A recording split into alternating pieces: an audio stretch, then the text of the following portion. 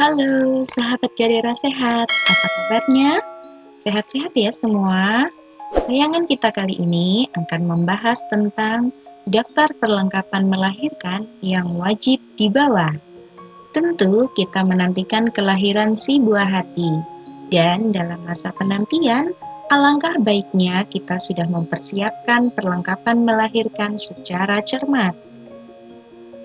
Perlengkapan melahirkan perlu disiapkan di bulan ke-7 atau awal trimester 1.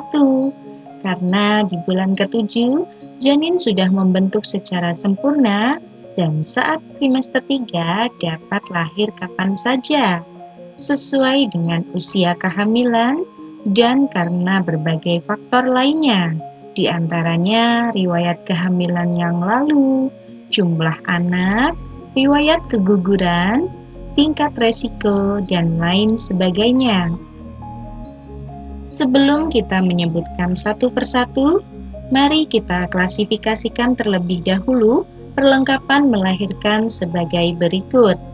Yang pertama adalah perlengkapan dokumen, kedua perlengkapan ibu, ketiga perlengkapan bayi, terakhir perlengkapan pendamping. Saat persalinan, perlengkapan yang disiapkan adalah untuk 3 hari di rumah sakit atau fasilitas kesehatan, dan biasanya di rumah sakit diberikan baju ganti baik ibu maupun bayi, sehingga jumlah yang disebutkan di tayangan ini adalah jumlah minimal. Perlengkapan dokumen diantaranya adalah kesehatan ibu dan anak, yang berisi riwayat pemeriksaan dan perkembangan kehamilan, digunakan untuk tenaga kesehatan yang akan mengetahui riwayat tersebut dari buku KIA dan dapat digunakan sebagai catatan persalinan dan catatan kelahiran bayi. Kedua adalah kartu tanda penduduk, digunakan sebagai perlengkapan administrasi untuk pendaftaran rumah sakit atau fasilitas kesehatan lainnya dan juga pengisian data pasien. Ketiga adalah kartu jaminan kesehatan apabila ada.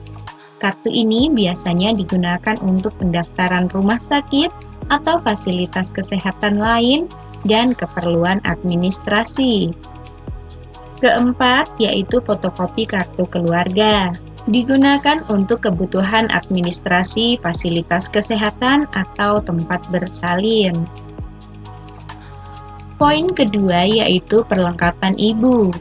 Perlengkapan ibu diantaranya adalah baju menyusui minimal 3 pieces, baju ganti untuk pulang dari rumah sakit minimal 1 setel, manset atau gurita 1 piece. Ini digunakan karena ibu pasca melahirkan merasa tidak nyaman ketika perutnya menggelambir setelah melahirkan. Selanjutnya adalah bra menyusui sebanyak 3 piece dan celana dalam minimal 6 piece. Kita lanjutkan untuk perlengkapan ibu. Pembalut besar atau pembalut malam minimal 2 pack karena awal nipas darah keluar masih banyak, dan 1 set alat mandi serta make up ibu.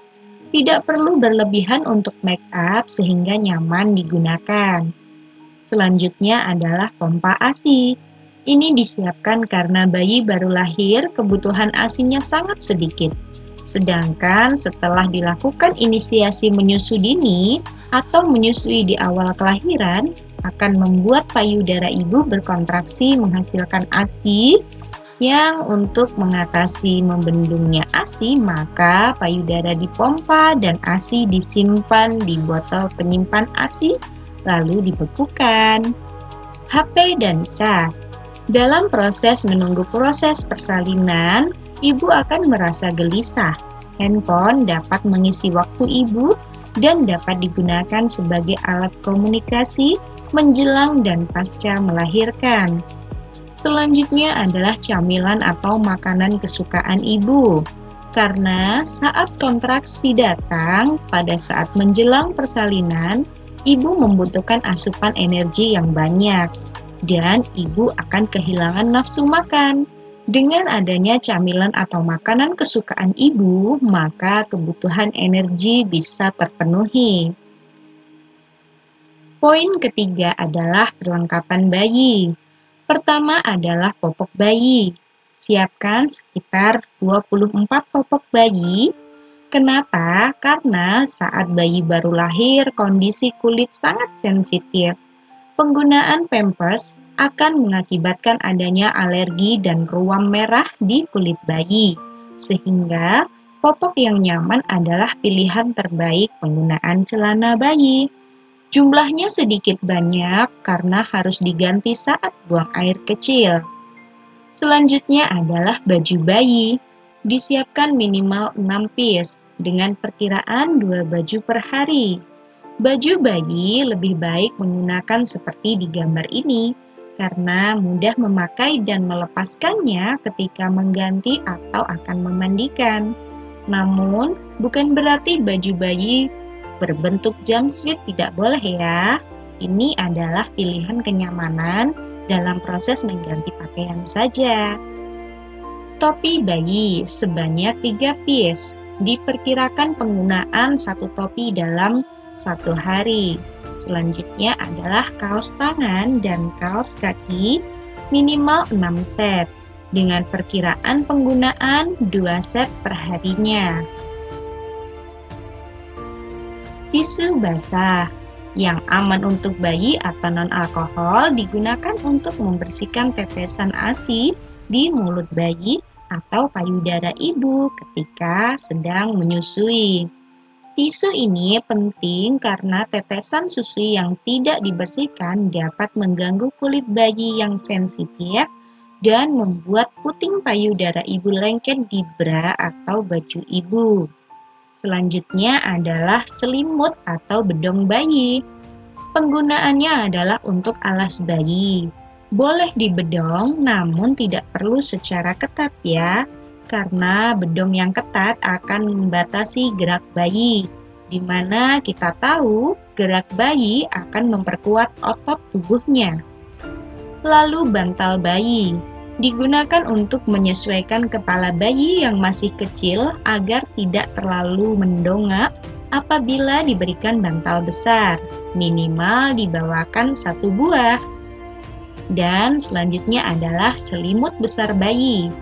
Selimut ini digunakan untuk pulang dari rumah sakit, dan selimut ini bagus digunakan saat proses menggendong bayi, karena dapat melindungi bayi dari udara luar dengan lebih baik.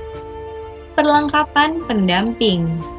Saat proses persalinan, peranan pendamping sangat penting sehingga perlu disiapkan perlengkapan juga agar tidak bolak-balik pulang ke rumah. Pertama adalah minimal 3 setel baju ganti. Selanjutnya handphone dan cas untuk komunikasi, tisu kering untuk lap, dan uang tunai untuk pembayaran apotik, membeli makanan, dan lain sebagainya, sehingga kita tidak perlu repot-repot mencari ATM. Lanjutan perlengkapan pendamping, yaitu air mineral. Minimal adalah 3 piece. Minum adalah kebutuhan. Saat ibu sudah merasakan kontraksi, pendamping tidak perlu bingung mencari minuman apabila kita sudah mempersiapkannya. Makanan atau camilan, minimal 3 jenis.